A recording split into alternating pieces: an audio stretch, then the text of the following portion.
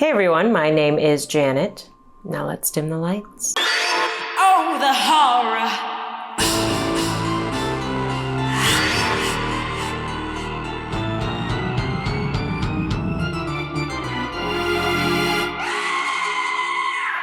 Hey guys, welcome back to my channel where we talk about all things spooky, uninviting, and downright horrific. And it is September 1st today. Unfortunately, I did not get this video up as I planned to yesterday, which would have made a lot more sense because it was the last day of August yesterday, but we're here now and that's okay. It is about 100 degrees outside and inside my apartment right now. I just went and took my dog out for a walk and my fingers are sausages. It's almost fall. I think 21 more days until we get to actually officially celebrate it, but I have already started decorating for fall, and anytime I walk into a store, everything is Halloween decorations, and it just warms my heart. And I think we're gonna go home for a little bit in October so I can really enjoy that nice Midwestern fall that I love so much. I'm just gonna dive right into it today because I do have a lot of ground to cover and I don't wanna keep you guys here forever, but I do think I fixed the mic problem. Hair is out of the way. The mic is securely attached, so hopefully nothing will be bobbing around and making scratchy noises. Thank you for overlooking that in my last video. And as usual, I do have to give you my whole disclaimer. I do not take myself seriously. I really hope that you don't either. I'm just here to provide lighthearted, digestible reviews. And if you are looking for something a little bit more intense, there are YouTube channels that do that. Just not one of them. First up, the category is foreign horror movies, which I know I talk about all the time, but it's have to do with the fact that I personally just love them, but also to do with the fact that I want to look for more obscure titles to share with you guys, because I feel like in America, we're just given this handful of mostly American movies to watch. And maybe if a foreign horror film does good enough or gets enough buzz, it makes its way over here. But there are so many great hidden gems from other countries that are always being put out that we never get to hear about. So let me know if that is something that you enjoy about the channel, or if you would rather hear about more English speaking movies, because I'm happy to do both. But I will say that other countries usually do horror a lot better than we do. I'm going to pause right here because 5 minutes into this, I'm really realizing that I need some caffeine. I can't remember dates. I can't remember names. I am just tripping over myself. So I will be right back. Okay. Let's see if I can clear this brain fog. First film we're going to talk about today is Moloch, which is a Norwegian folk horror film, which is a very trendy genre these days. Directed by Nico Vanderbrink, it's up there with the likes of Men, Lamb, The Witch, and the more popular Ari Aster film, Midsummer. I feel like this subgenre is really where drama and horror intersect. I mean, I feel like the thrills come more from unsettling visuals and that creepy, scratchy violin noise, you know the one.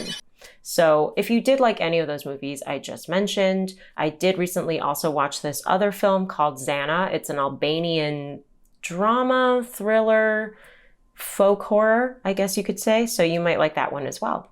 Moloch centers around a woman, Beatrix, and her family who all live near a peat bog in the Netherlands and begin to experience unsettling activity on and near their property.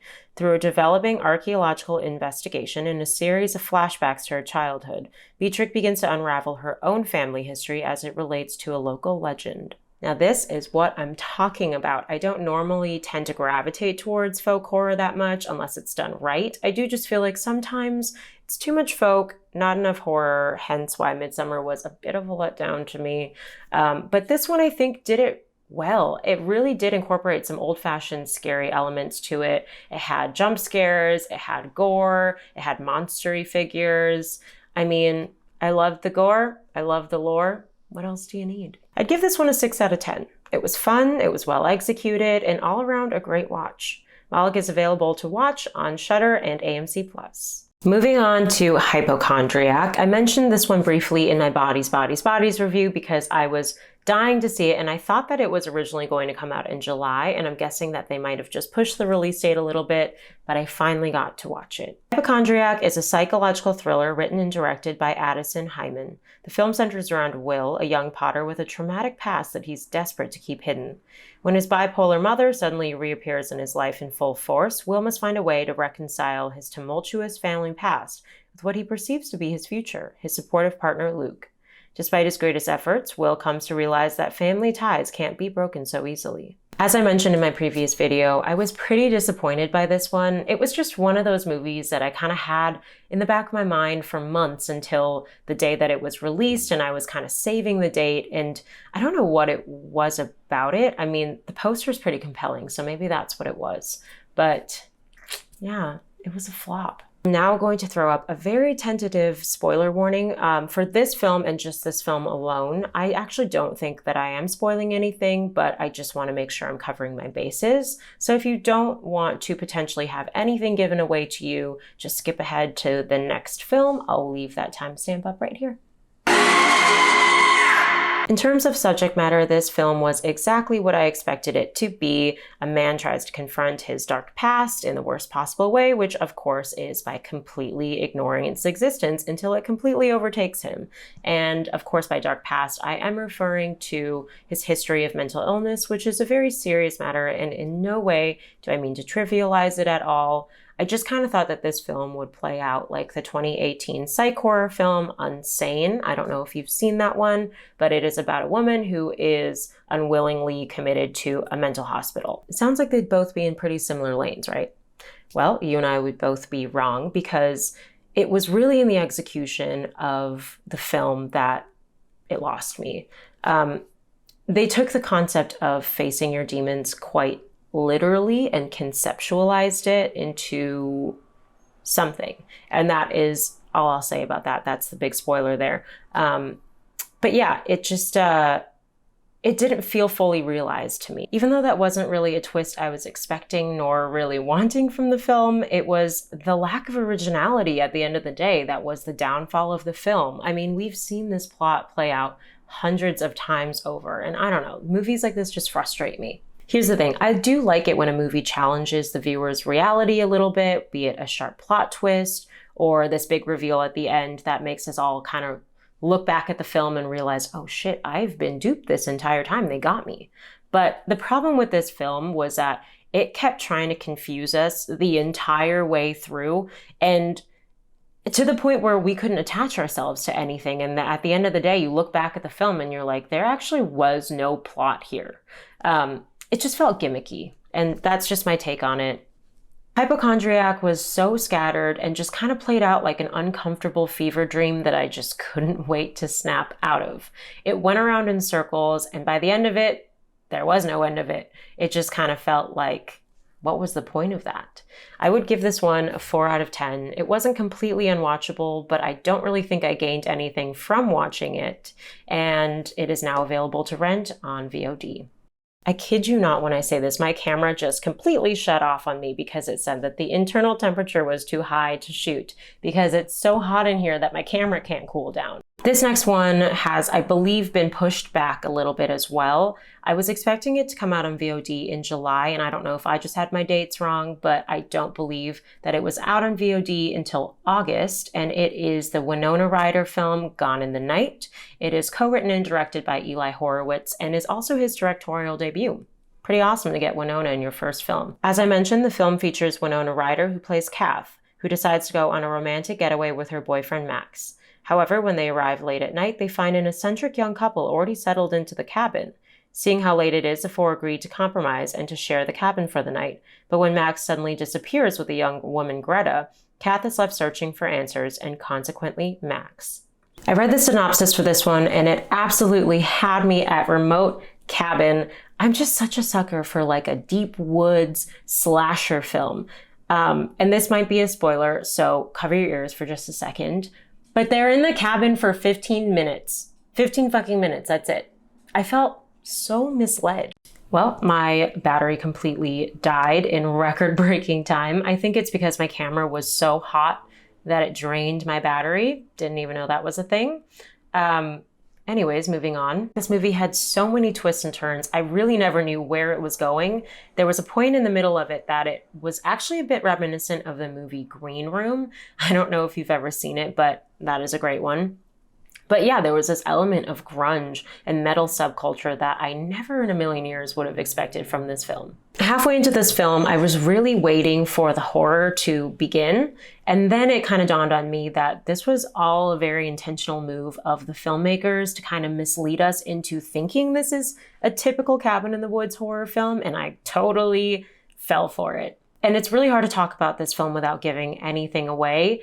But the element of surprise on the viewers is incredibly important and crucial to the outcome of the film. That's all I can really say. Overall, in my opinion, Gone in the Night just had some identity issues. Or maybe it was just growing pains for the first-time director. I would give this a 5 out of 10. It was lacking in the horror department a little bit, and unfortunately a bit boring, but I do appreciate that they try to tackle topics such as mortality and maturity. And the ending was really fun. It was like a catacomb of twists and turns and did make up for a little bit of that horror that I was lacking throughout.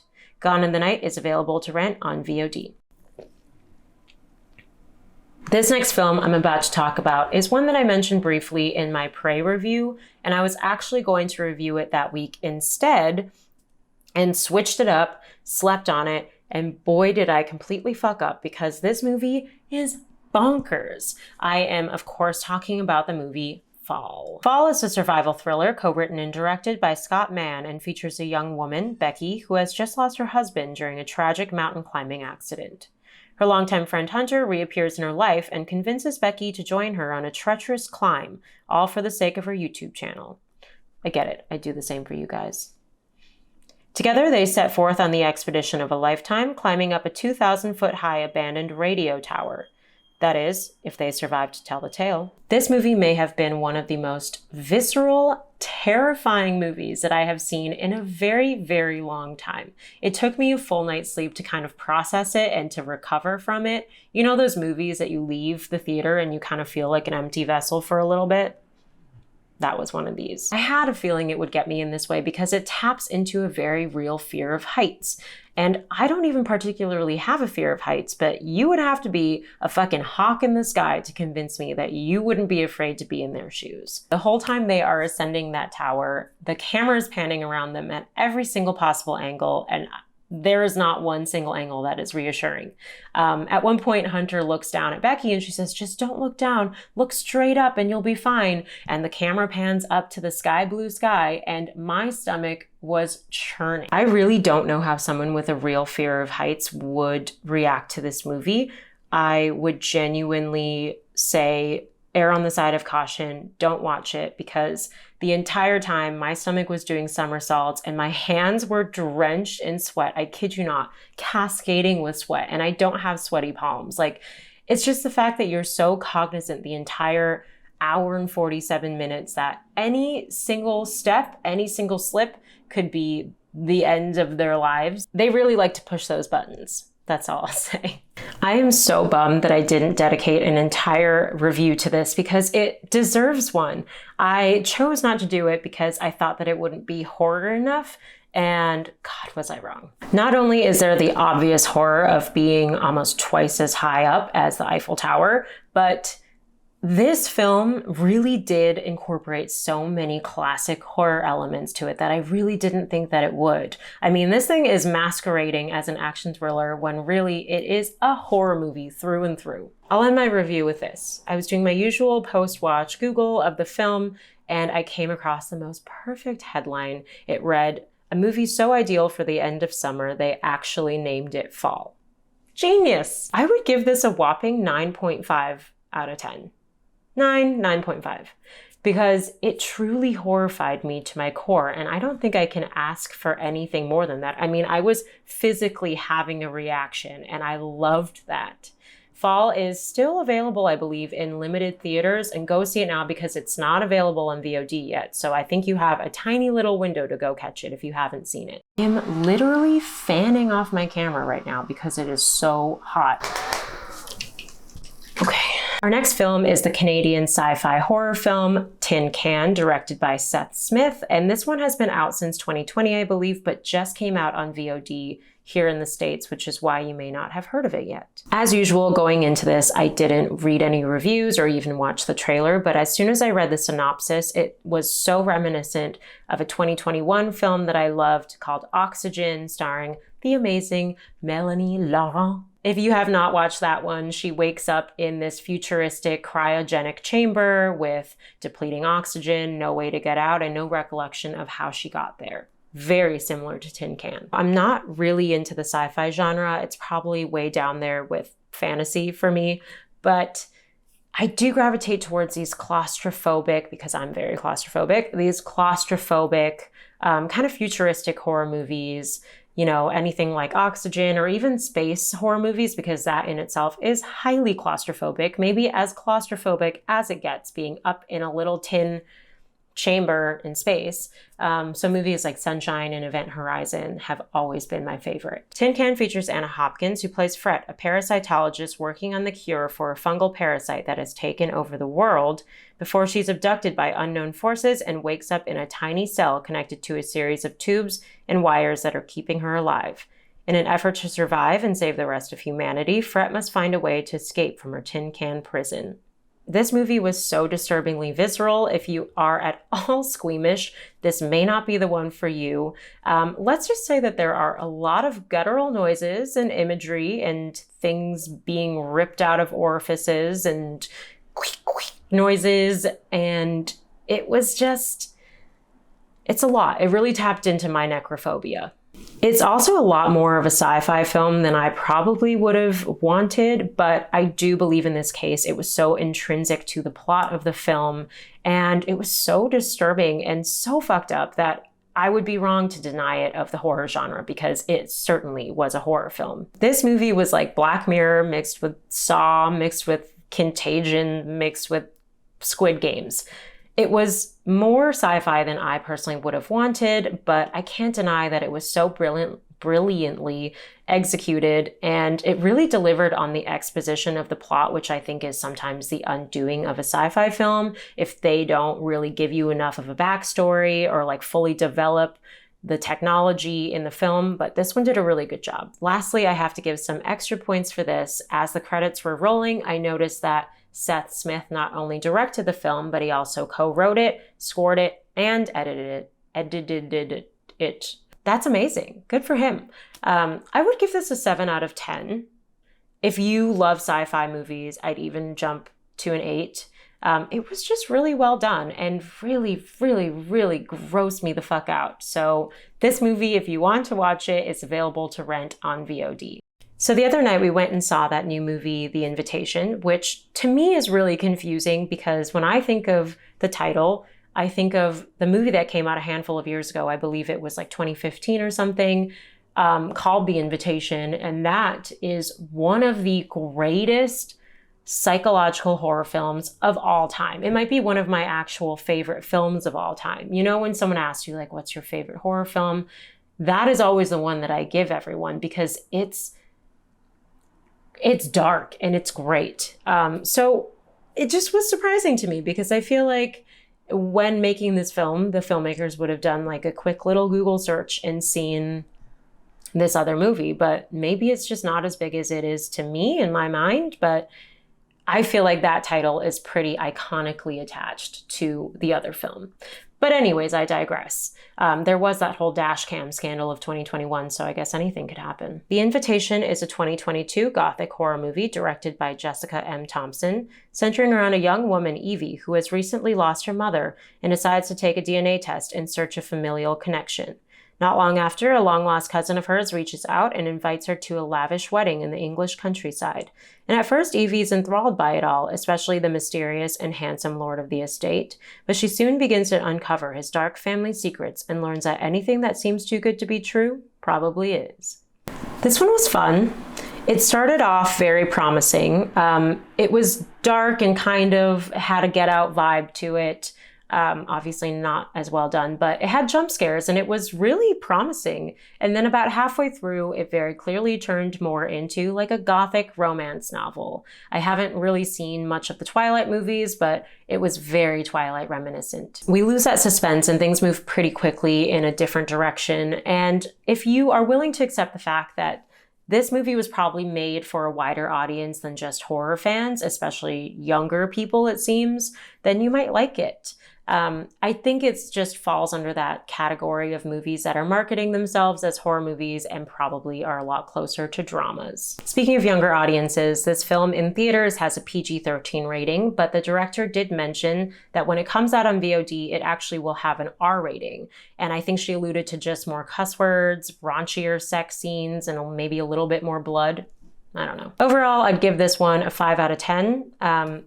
Maybe a 4.5, honestly. But it just wasn't really my cup of tea, but maybe you would enjoy it as long as you go into it thinking that it's kind of like a fun teen vampire movie. Go see the 2015 Invitation, though. It is so good and has nothing to do with vampires, but the 2022 Invitation is now out in theaters. There we have it. I have about 1 minute left of recording time, and my camera is having a meltdown every few minutes. But if you have made it this far, thank you for watching. Don't forget to like and subscribe if you liked it and you want to subscribe to it. See you next week.